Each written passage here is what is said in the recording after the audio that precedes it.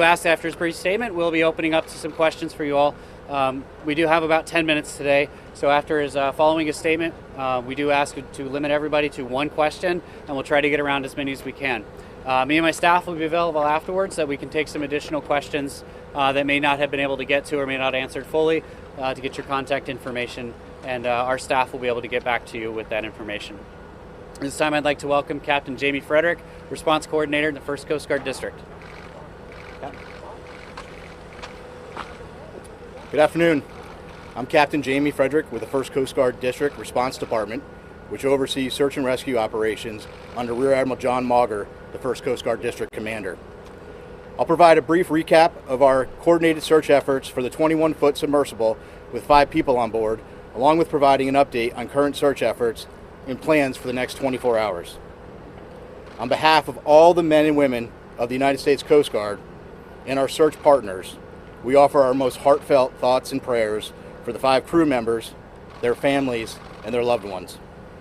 Our crews are working around the clock to ensure that we are doing everything possible to locate the Titan and the 5 crew members. Yesterday, we stood up a unified command consisting of expertise from the United States Coast Guard, the United States Navy, Canadian Armed Forces and Coast Guard, and the Titan's parent company, Ocean Gate Expedition. This is a complex search effort which requires multiple agencies with subject matter expertise and specialized equipment. While the U.S. Coast Guard has assumed the role of Search and Rescue Mission Coordinator, we do not have all of the necessary expertise and equipment required in a search of this nature. The Unified Command brings that expertise and additional capability together to maximize effort in solving this very complex problem.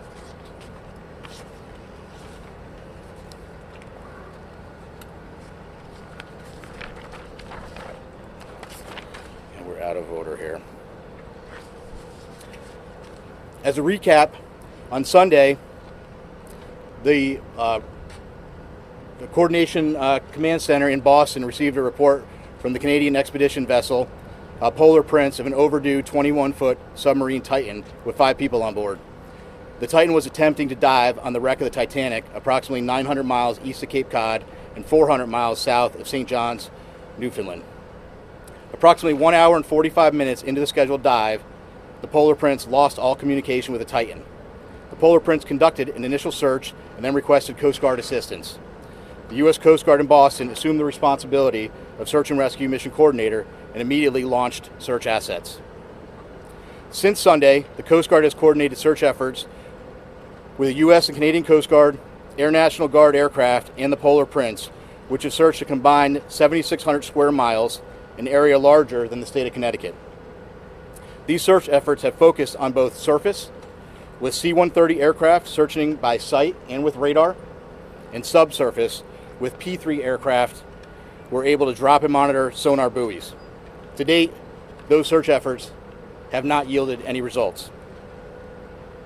Search efforts have continued through last night and today. Today, the vessel Deep Energy, a 194-meter pipe-laying vessel, arrived on scene with underwater ROV capability. They have rendezvoused with the vessel Polar Prince and commenced an ROV dive at the last known of the position of the Titan and the approximate position of the Titanic wreck. That operation is currently ongoing. Additionally, a Canadian P-3 aircraft is currently conducting a 6-hour search of the area, and several C-130 aircraft and another P-3 are scheduled to fly this afternoon and this evening. The Canadian Coast Guard cutter, or vessel, John Cabot, is scheduled to arrive later this evening, and several other Canadian Coast Guard vessels and the Coast Guard cutter Sycamore are en route. Additionally, the U.S. Coast Guard has the U.S. Navy's SUPSAL, Supervisor of Salvage and Diving Command, is working with U.S. Transportation Command to bring additional assets to the search area.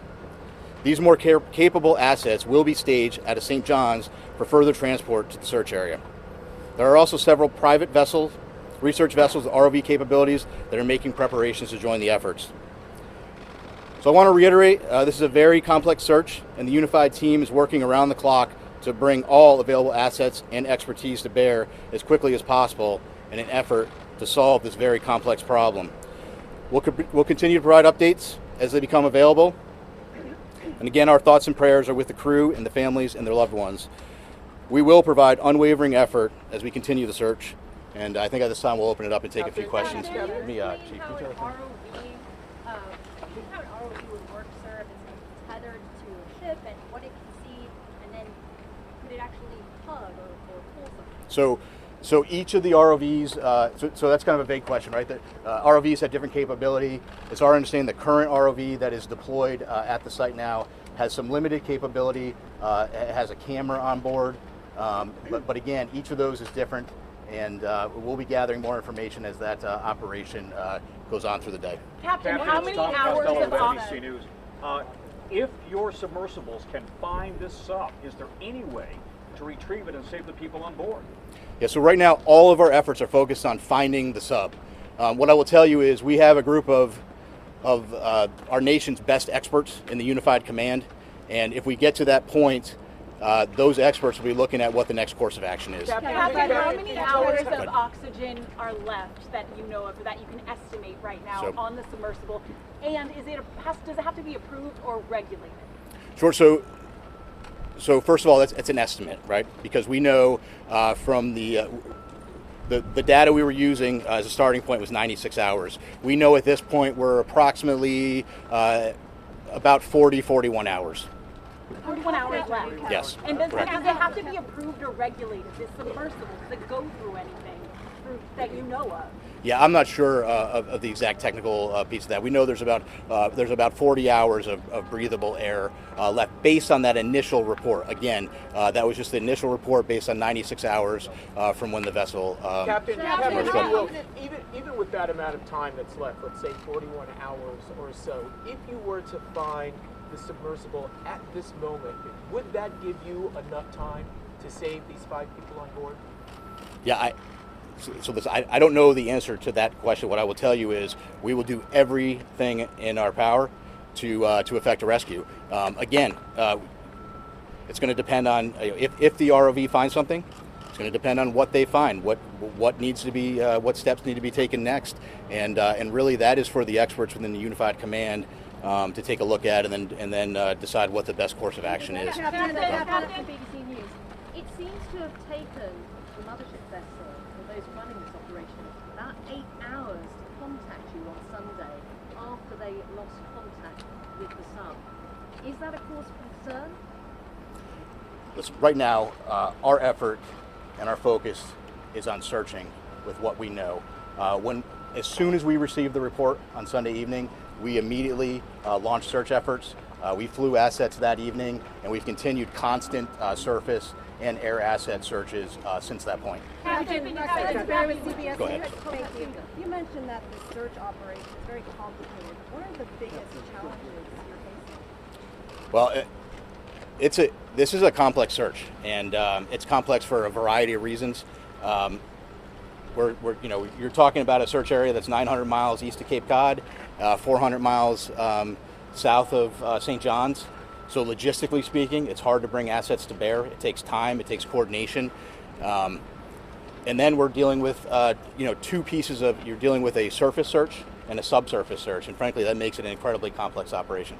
Captain, will the U.S. Navy or the Canadian Navy be able to get salvage equipment on time before the air runs out? Obviously, getting salvage equipment on scene is a top priority. Unified Command is working through that to prioritize what equipment we can get there. There are ongoing operations right now via the U.S. Navy and Transcom to get equipment staged in St. John's and to get it on scene. I can't give you an exact timeline of when that's going to happen. What I can tell you is there is a full court press effort to get equipment on scene as quickly as we can. Is that equipment already on the East Coast, though, or is it coming from the Pacific, for example? No, so some of the equipment that's coming is coming from the East Coast, but again, we're talking about very heavy equipment. It's a complicated transport operation, but the best professionals in the world are working it, and that's U.S. Transcom.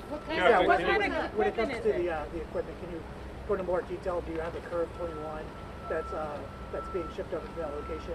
And since you don't have a fleet tug vessel because the Apache was decommissioned, what other assets do you have? Do you have civilian ships that can help out? Yeah, so like I said, there are several civilian ships that have offered services heading that way. There are additional Coast Guard cutters. We hope to have a Canadian Coast Guard cutter on scene this evening. We hope that they may be able to assume on-scene commander. Polar Prince has been doing a great job with those duties, but if we could take some of that from them, that would be good. But your question about specific equipment, I'm not going to get into talking about specific equipment. Frankly, I'm not an expert on what that equipment is, but again, I can tell you we have experts in the Unified Command that are going through that, prioritizing what we need, and then how we get it on scene. Can you tell us about the personnel from Boston? How many people from here are out there, and also what equipment? From Boston specifically. Yeah, from Boston. So Boston, where Boston plays a role is the command center, the rescue and coordination center is here in Boston. The aircraft that are coming in are coming from different locations, but the command structure is being worked out of Boston. And I think we have time for two more questions. In all your years of experience, just how unique is this? Has the Coast Guard ever had to deal with anything like that? Well, I don't want to speak about if the Coast Guard has ever. I would tell you it's a unique operation. It's a challenging operation, but right now we're focused on putting everything we can at it and searching as hard as we can and getting the assets out there as quickly as we can. And so these private companies, the other assets that are questions in the area, what sort of assets do they have? Do they have ROVs? Do they have similar technology to OPA? Yeah, so there are some additional assets with ROVs. There is one asset that is working to get on scene with a decompression chamber. So those are all pieces that are coming together, and we're working those logistical challenges to get them there. And I think we'll take one more. Is a deep sea rescue a realistic prospect? What would that look like? Well, I can't tell you exactly what it would look like. I would tell you that we are out there, we're searching. We wouldn't be doing this. We wouldn't be searching and putting all effort out there. I think that, if the sub is located, that's a question that then the experts need to look at what is the best course of action for recovering the sub. But I think it's going to depend on that particular situation and if we encounter that. Sir, is it true that the British offered assistance and they were told we don't need your assistance at this point? No, I'm not aware of that. Again, what I would tell you though is that the Unified Command is working through prioritizing. We know that there's equipment out there that can be brought to the scene. The Unified Command is working through prioritizing what equipment we need and then how we get it there. And the French are also responding to the ship as well? Yes, it's my understanding, correct. And I think we're going to wrap it there. Yep, thank you. Thank you, Captain. Thank you. I really appreciate you guys coming out today. Include this portion of the brief on there. I can stay behind just to take some additional stuff that maybe wasn't answered. We can try to get some information back to you kind of a bit later. Can you clarify the question about the men and women here who are based in Boston? Yeah. So are they not out there? Are they just working here? Right, so the Rescue Coordination Center that he's talking about specifically, that's based in Boston. So the personnel that are working in the command and control environment as far as building a lot of the search and rescue plans, sending out the information, coordinating those pieces are here. The people affecting the mission, so the pilots, the air crews, all of the ships, those are based out of different areas. So our pilots, air crews are out of Elizabeth City, North Carolina. The Coast Guard cutter Sycamore, I believe, is out of Newport, Rhode Island, but they were operating already in the Arctic. So there are a number of people that are here working in that staff element, but are not physically located out in the search area, if that makes sense. This is just command and control. It is, yes. Does Ocean Gate have another submersible that they could try to send down there? I don't know. They just have It sounds like, for the most part, the staging area is moving to St. John's. So yeah, I believe, a lot of it into St. John, Newfoundland, right? Yes. Yeah.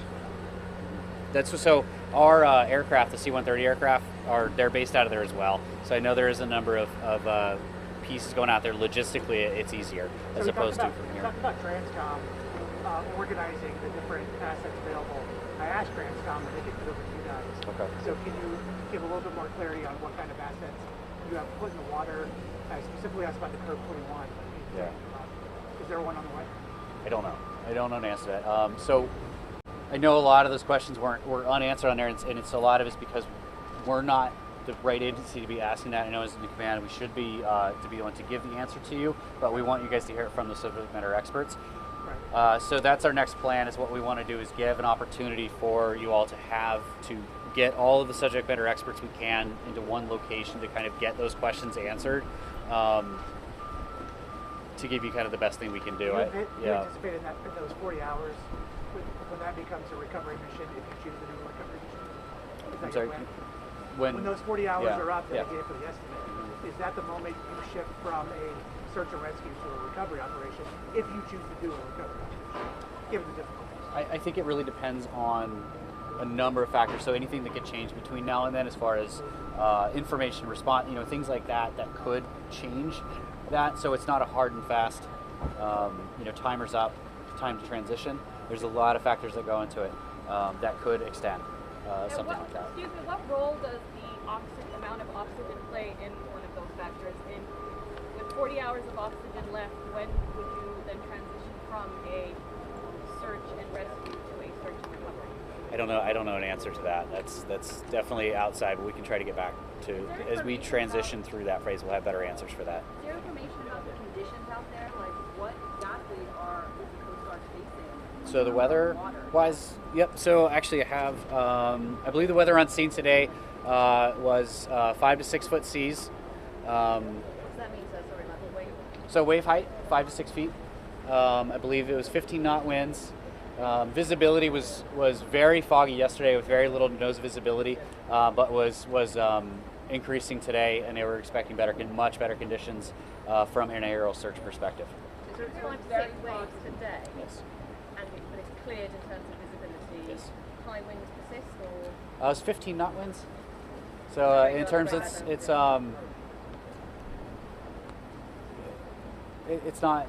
about average out there, right? Okay. How long would it take a typical Coast Guard vessel from the U.S., or for that matter from Newfoundland, to get on site if they're running at maximum speed? That depends on the cutter itself or the ship itself, because they all have different speeds. Yeah. But do you have an average, just so we have a feel for how long it would take to get there? Well, depending on where they're coming from, it could be a matter of 2 days up to 4 to 5 days. It just depends on where they would be deploying from. 2 days from Newfoundland, for example. I don't know. We don't have any ships up there, so I don't know. I don't have an answer to that. The Canadian, we're trying to find out more information on the Canadian vessels that are assisting on there, sort of what their capability and speeds are. I just don't have an answer for you on that right now. Does the Coast Guard have a line on a piece of equipment that is capable of going down to the Titanic? The Coast Guard specifically, no.